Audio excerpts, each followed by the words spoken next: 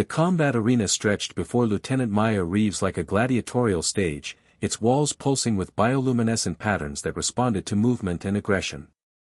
She stood at the center, her boots planted firmly on the adaptive floor that shifted between solid and semi-liquid depending on combat intensity.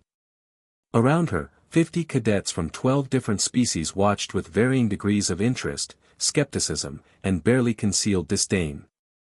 Instructor Vexthora loomed at the arena's edge, all 7 feet of armored exoskeleton and crystalline sensory arrays. The Krell warrior scholar had trained generations of soldiers across the galaxy, and his reputation was as sharp as the bioblades extending from his forearms. His translator device crackled to life, filling the arena with his resonant voice. The human insists she can demonstrate what her species calls tactical flexibility, Vexthora announced, his tone dripping with condescension. She wishes to engage multiple opponents simultaneously. A ripple of amusement passed through the cadets.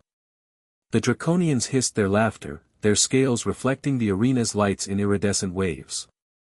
The Volthene clicked their mandibles in what might have been mockery. Even the typically stoic Grantharians shifted their massive forms, creating tremors in the floor. Maya had heard it all before. Humans were the newcomers, the primitives, the species that had barely crawled out of their single-star system before stumbling into the Galactic Coalition. They were tolerated, not respected. Pitted, not feared. "I'm ready," Maya said simply, rolling her shoulders and adjusting the neural interface at the base of her skull. The device would sync with the arena's combat algorithms, ensuring non-lethal engagement while recording every movement for analysis. Vexthora's crystalline eyes flickered with something that might have been concern. "Lieutenant Reeves, I advise caution. Don't escalate this beyond your capabilities. These cadets have genetic advantages, enhanced strength, natural weaponry, accelerated reflexes. Your species has none of these."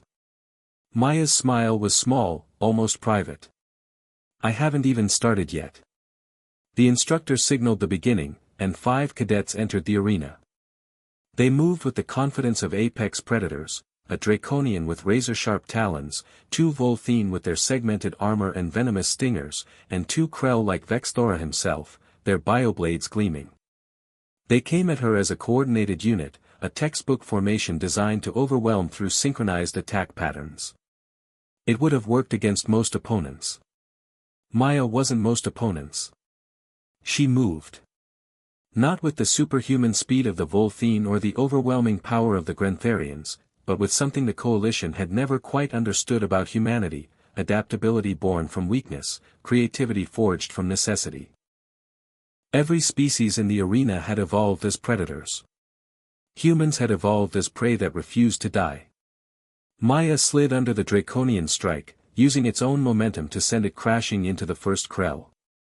She rolled between the Volthene, grabbed one stinger, ignoring the numbing toxin that her adrenaline would suppress for the next few minutes, and redirected it into the other's armor joint. The arena floor rippled beneath her, turning liquid exactly where she needed it to, causing the second Krell to sink and stumble.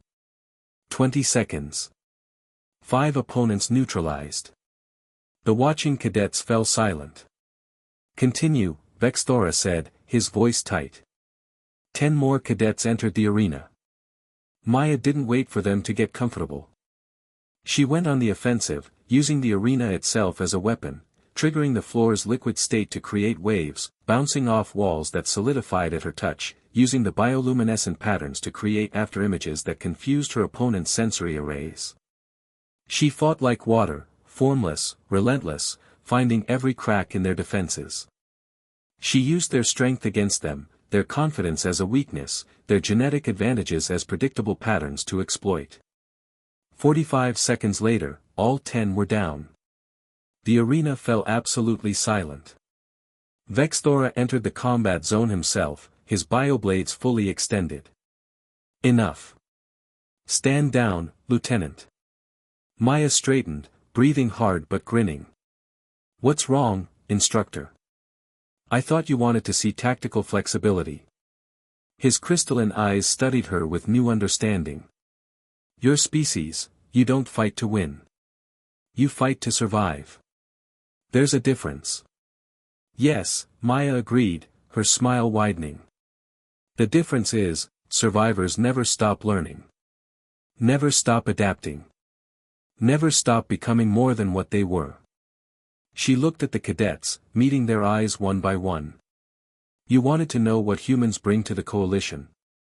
We bring 70,000 years of refusing to go extinct. We bring creativity born from desperation.